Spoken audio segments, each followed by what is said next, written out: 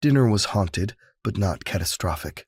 In fact, György told me you'd think they were all normal people having a good time.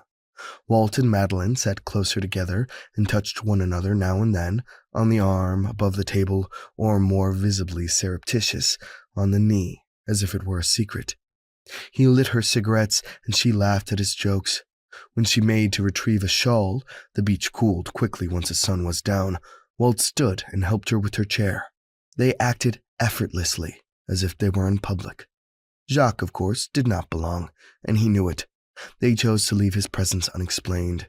It was ridiculous to lie, to say he was some nephew or relation, but impossible to tell the truth. He said little. He laughed at jokes, especially Walt's. There was a constant twitch roving from here to there in his body, from his eyebrows to his fingertips. Mostly, he stared at Jack when he thought Jack wasn't watching. György couldn't blame him. Jack was Hollywood handsome without its delicate deviations, if you could call them such, the mannerisms, the texture of the skin, the dexterity of the fingers.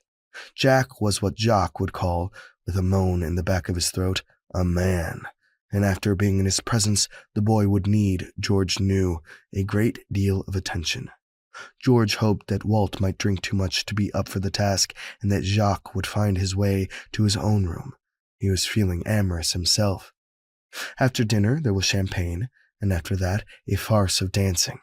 It was cool on the patio, if not cold, which made it easy not only to stay clothed, but to drink slowly, to sip only when there was nothing else to do with your hands. Madeline was seasoned at managing secrets, even if no one there believed anyone else's secrets. It was important, she would have believed, to at least acknowledge the decorum of it. Jack, after all, as György himself had noted, was not a boy or an older married man. He was an equal, and that equality was threatening. There must be nothing direct, nothing concrete, and György was grateful that Madeline knew it.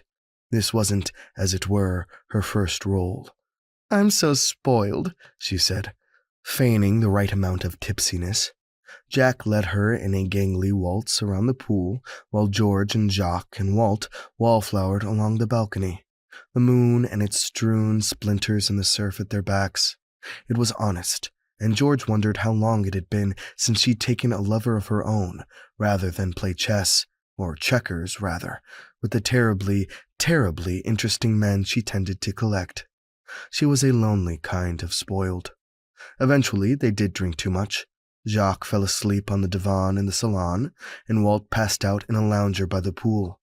Madeline covered him with a blanket and smoked with György and Jack as they split, she insisted, another bottle of champagne. Pickled as she was, she had nothing on two adult men in their prime, and her sentences, usually so elegant, crumbled into the mangled, shameful English she'd tried to leave behind in Missouri. Her vowels pooled as their sculpted ice began to melt, and her face eased into something she'd never forgive them for remembering. She would be right back, she promised. She only had to visit the ladies' room, and they didn't see her again.